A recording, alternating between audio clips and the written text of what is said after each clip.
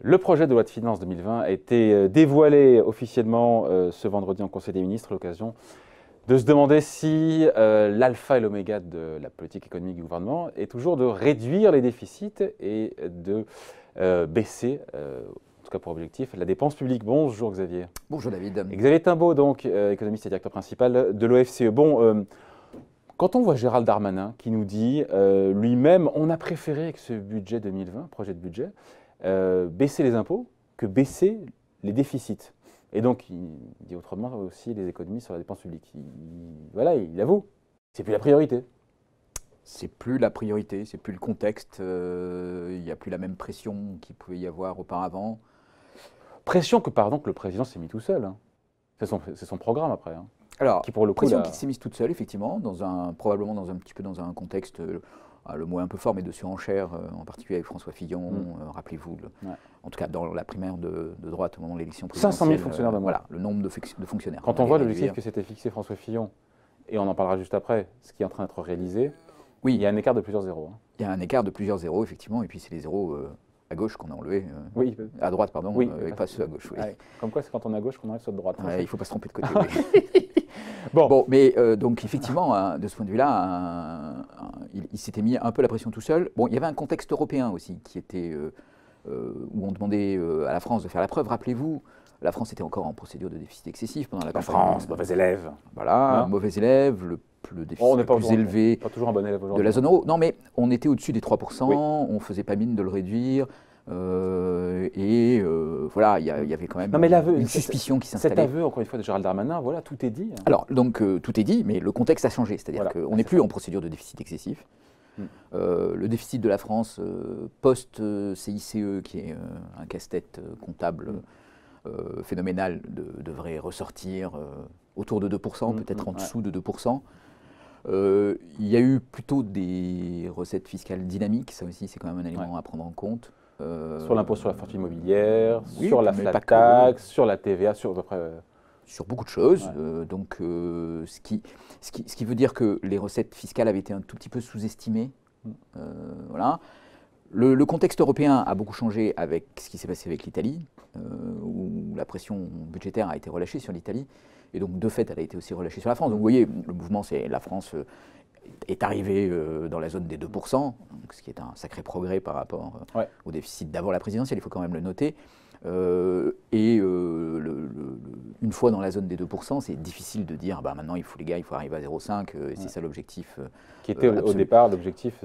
Bon, puis vous ne vous a pas échappé non plus, je pense que vous en avez parlé une fois ou deux. Non, les Gilets jaunes. Non, ah oui, alors on pourrait parler des Gilets jaunes. Mais avant de parler des Gilets jaunes, non, il y avait quand même un événement bien plus important que les Gilets jaunes, c'est la baisse des taux d'intérêt. Alors, ça part dans tous les sens, mais non, mais c'est surtout ce qui explique, quand on regarde tous ces éléments, qu'on en soit là aujourd'hui. Mais quand on prend les chiffres, encore une fois… tout ça explique. Oui, et on va prendre le temps de le détailler, mais 2% de déficit, 2,2% attendu pour 2020, déficit public. On nous dit que c'est une baisse significative, mais non, parce qu'en fait, il y avait sur 2019 cette transformation du CICE en baisse de charge qui grevait, qui augmentait mécaniquement en one shot une fois 0,9 points. Oui. Donc en fait, on était déjà aux alentours de 2. Le déficit public structurel, qui ne tient pas compte des cycles, etc., tout ce qui peut faire bouger, ce que la conjoncture fait bouger en termes de recettes, on est déjà aussi, ça bougera de 0,1 point. Donc en gros, entre 2019 et 2020, il n'y a pas d'amélioration sur le front du déficit public. Non, il n'y a pas d'amélioration. Quand on regarde, c'est la réalité des chiffres, elle est là. Elle est là, il n'y a pas d'amélioration ou une très légère amélioration. Alors cette très légère amélioration, c'est en fait ce qui est aujourd'hui la pression européenne. Donc l'interprétation des règles européennes dit, elle disait avant, il faut faire 1,5 point de réduction hors la conjoncture et tout ça chaque année. Un peu moins d'efforts si vous faites des réformes structurelles. Bon, aujourd'hui, la règle implicite, elle est dessus, quoi. Tant que vous êtes dans le négatif, ça va.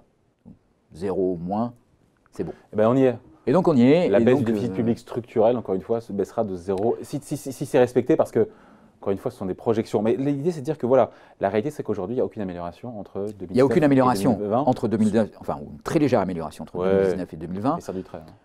Mais à un niveau de déficit qui est quand même suffisamment bas pour permettre, dans un premier temps, une stabilisation de la dette publique et puis en 2020 et en 2021, c'est ça qu'il faut expliquer, c'est que diminution de la dette publique. À un niveau très élevé, Mais effectivement, quand on est à 2% de déficit public, la dette diminue. ne reflue pas, mais la dette se stabilise. On se stabilise à 99% du PIB. Donc on se stabilise à un très haut niveau. Il ne faut quand même pas non plus. Elle diminue à partir du moment où on est en dessous de 2,5 à peu près aujourd'hui. Ouais. Donc quand on est à 2, 1, 2, 2, ben, elle diminue très légèrement. Donc effectivement, c'est un reflux tout à fait modéré, mais qui est quand même là. Et en tout cas, il n'y a plus d'augmentation de la dette publique. Bon, tout ça dans un contexte où les taux d'intérêt sont bas. Mais c'est surtout ça le contexte. Pardon, maintenant on rentre dans le dur des chiffres. Il peut remercier le gouvernement, non seulement la BCE, mais même les marchés financiers, parce que pour le coup, quand on voit les chiffres qui sont, encore une fois, qui sont avancés, 3 milliards d'euros d'économies sur 2019, 5 milliards d'économies sur la remboursement, enfin sur la charge d'intérêt remboursée chaque année par l'État français, ce sont des sommes qui sont colossales. Et si on fait la somme sur l'ensemble du quinquennat, peut-être qu'on arrive, je ne sais pas, je n'ai pas fait le chiffre, mais sûrement vous, hier soir, on vous couchez, on arrive à 20 milliards d'euros. On arrive à ça, surtout ce qui est intéressant, c'est que si on additionne les bonnes surprises sur le plan des recettes fiscales et la baisse des charges d'intérêt, en fait, on finance entièrement les mesures accordées aux Gilets jaunes sans avoir besoin de faire aucun changement dans la politique par ailleurs. Donc oui, c'est des... Pourquoi chercher à être plus royaliste que le roi quand à la fois il y a des bonnes surprises en termes de recettes et qu'on a une BCE des marchés qui vous finance pour que dalle? Voilà. Et puis, en fait, si vous voulez, sur le fond, le diagnostic que ça pointe, c'est en fait des bonnes recettes fiscales. Ça veut dire qu'il y a plutôt une amélioration de la situation des agents. Il y a plus de bénéfices dans les entreprises que ce qui était anticipé. Les revenus des ménages croissent assez vite et donc ils entrent dans la progressivité. Donc tout ça sont des éléments qui traduisent quand même une situation économique qui n'est pas dramatique. Mais de l'autre côté, il y a très peu de croissance parce qu'il y a très peu d'investissement. Donc on est un peu dans une situation paradoxale où il y a du revenu, mais il n'y a pas d'investissement, donc il y a beaucoup d'épargne. Et dans une situation comme celle-là... Pourquoi il n'y en a pas plus d'ailleurs? Et ça pose deux questions. Pourquoi il n'y en a pas plus ça, alors là, ça c'est la question à 1000 francs, comme dirait Guy Lux. C'est-à-dire que s'il n'y a pas plus d'investissement, si on n'utilise pas cette épargne, et donc ça se traduit par des taux d'intérêt qui baissent, trop d'épargne, pas assez d'investissement. Sur le marché taux d'intérêt, oui. C'est que peut-être c'est un symptôme d'une mauvaise santé de long terme de l'économie, d'une peur des agents économiques à se projeter dans le futur, ou du fait qu'ils attendent qu'il y ait un investissement public pour l'accompagner. Ça peut être une peur du changement climatique et des mesures que ça va demander. Ça peut être un manque d'actifs sûrs. Il y a plusieurs pistes, mais chacune de ces pistes, elle pointe en fait à quelque chose d'assez profond dans l'économie mondiale. C'est pas un phénomène, c'est pas le hasard. Le manque de confiance. Et donc non seulement c'est profond, mais en plus ça pourrait durer. Et effectivement, dans un contexte comme celui-là, alors vous voyez, là, il ne s'agit pas de dire on va faire de la relance budgétaire aujourd'hui. On allège l'effort de réduction, mais voilà, la conclusion qui serait, on attend les marges pour faire une relance. Ça, c'est un sujet. Sans savoir si on a des marges pour faire une relance, déjà de ne pas faire une restriction budgétaire. Donc de ne pas céder à l'orthodoxie budgétaire plus que de raison, dans un contexte où ça pourrait être finalement les leçons du passé ont peut-être été comprise. Oui, alors la nuance avec le passé quand même, c'est que là on est dans le 10e de poids. Hein. Je veux dire, vous voyez, l'effort que va faire la France, ça va être une réduction de 0,1 de son déficit structurel. Ce qui était demandé par la Commission, c'était 0,4, 0,5. Bon, on fait, et on s'écarte de 0,3 points ou de 0,4 points. On prend, hein, quand on est à 1% de croissance plus, on garde. C'est très bien, mais c'est très peu par rapport, par exemple, au plan de relance qu'on mettait sur la table en 2009. Donc, juste un petit mot sur la sous-estimation des recettes fiscales. Comment est-ce que Bercy a pu se planter? Alors, pourquoi il se plante? Finalement, c'est assez normal. C'est-à-dire, vous avez entendu parler du Haut Conseil. Le Haut Conseil pousse vraiment Bercy à la prudence. Jusqu'à maintenant, on avait constaté, donc c'est un peu technique, mais des élasticités des recettes fiscales à la croissance ou aux bases fiscales qui étaient inférieures à 1. Donc ça veut dire que on avait plutôt moins de recettes fiscales que pouvait laisser penser la contraction de l'activité. Ça dépend sur quel impôt. Ça dépend sur quel impôt. Pardon de vouloir être tatillon. Mais globalement, on avait quand même ce schéma-là. Avec la reprise de l'activité, en fait, les prévisionnistes de Bercy ont appliqué la règle qu'ils allaient continuer d'observer les mêmes élasticités, et donc plutôt faibles et plutôt inférieures à 1, alors qu'en fait ça ressort plutôt supérieur à 1. Bon, ça c'est le premier point.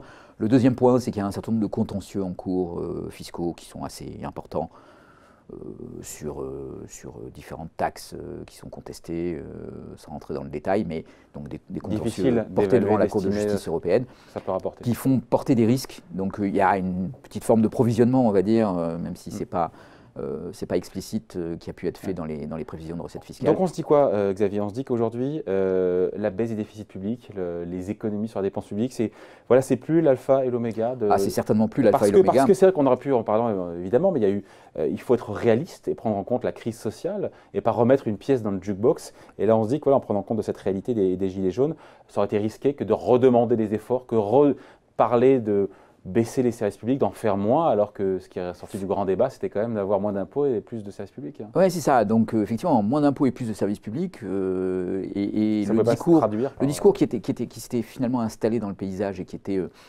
il faut absolument réduire la dépense publique ne sert à rien, il y a plein d'inefficacité, de gaspillage, les fonctionnaires ne travaillent pas, etc.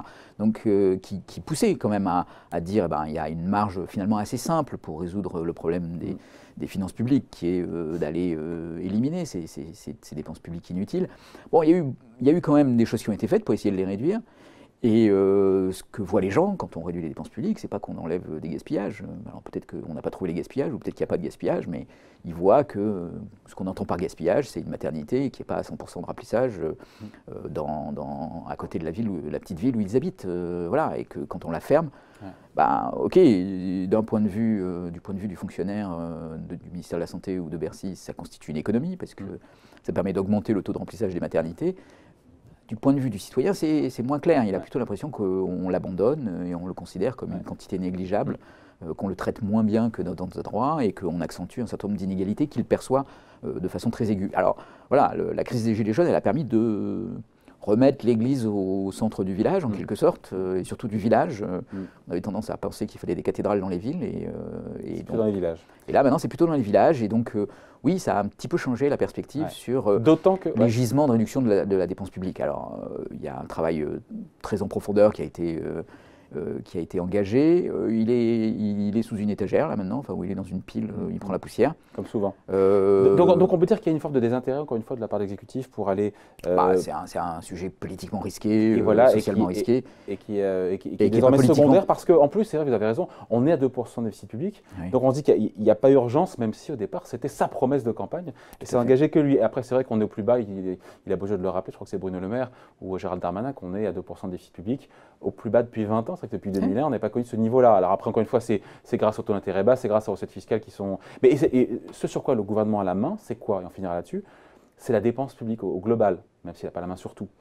Qu'est-ce qu'on voit, a priori, selon le projet de budget 2020? C'est que ça va augmenter de 0,7%. J'ai regardé, ça sera la même augmentation que l'année d'avant. Oui. Donc, il n'y a ni on lâche la bride, ni on serre la bride. Voilà. C'est des évolutions qui sont même relativement faibles, en fait, par rapport aux là, années vous faites la communication, vous faites la com du gouvernement. Ah non, mais il faut être un peu honnête. Il faut être un peu honnête. C'est vrai. Oui, c'est vrai, c'est des évolutions qui sont plutôt très modérées par rapport à ce qu'on a pu observer dans le passé. Ça correspond plutôt à une baisse de la dépense publique dans le PIB, puisque c'est 0,7 points en volume. Et la promesse, elle est là d'ailleurs. La croissance. La promesse, elle est là. Alors là, encore une fois, on est sur des dixièmes de points. Donc ça fait 25 milliards d'euros de dépenses publiques en plus. Oui, mais dans un PIB qui malgré tout augmente un peu, donc mais qui augmente plus vite. En ratio, voilà, ça augmente plus vite, et donc en ratio, la dépense publique. Xavier, il marche en ratio, lui. Oui, parce que le monde bouge, David, ça vous a pas échappé. Non, trop vite. Bon, mais donc, on ne peut pas dire qu'il y ait un lâcher-prise sur la dépense publique. C'est ni lâcher prise. Il y a des petits facteurs de risque quand même, parce que par exemple, une grande partie de ce contrôle de la dépense publique, il est lié à l'ONDAM, l'objectif national de la dépense d'assurance maladie. Ouais. Cet ONDAM, il repose sur le fait qu'on a beaucoup utilisé un certain nombre de gisements d'économie, le médicament et les génériques, par exemple, les laboratoires, etc. Mais ce n'est pas forcément des choses qu'on peut reproduire. Donc les bons chiffres qu'on a obtenus au cours des années précédentes, derrière nous. C'est pas qu'ils sont derrière nous, mais c'est que on est dans un contexte où il y a vieillissement, où il y a des nouveaux traitements de nouvelles maladies qui sont à des prix. Et ça se traduira mécaniquement. Et ça peut se traduire par une inversion complète de tendance. C'est-à-dire, au lieu d'avoir un ONDAM qu'on arrive à maîtriser à quelques dixièmes de points, on peut se retrouver avec une explosion des dépenses de santé. Donc, on en parlera quand on aura le projet de loi de financement, le PLFSS. On en parlera l'année prochaine et l'année d'après. Mais voilà, on est à un point probablement bas en matière d'évolution des dépenses publiques, et c'est sûr que pour les tenants d'une réduction rapide et forte de la Ce n'est dépense plus publique. la priorité du gouvernement, c'est On est clair. loin du compte. Vous allez en parler avec Agnès Verdier-Molinier. Avec Agnès Verdier-Molinier, qui ne sera peut-être pas sur cette ligne-là. Elle va être à son habitude. Ne préjugeons de rien. Merci beaucoup. Elle sera comment son habitude, tiens, ça lui fera plaisir. Elle va être à son habitude extrêmement critique sur cette dimension-là. On en parlera, il fait dans l'euphémisme. Merci beaucoup Xavier. Xavier Timbaud donc, économiste et directeur principal de l'OFCE. Merci. Merci David.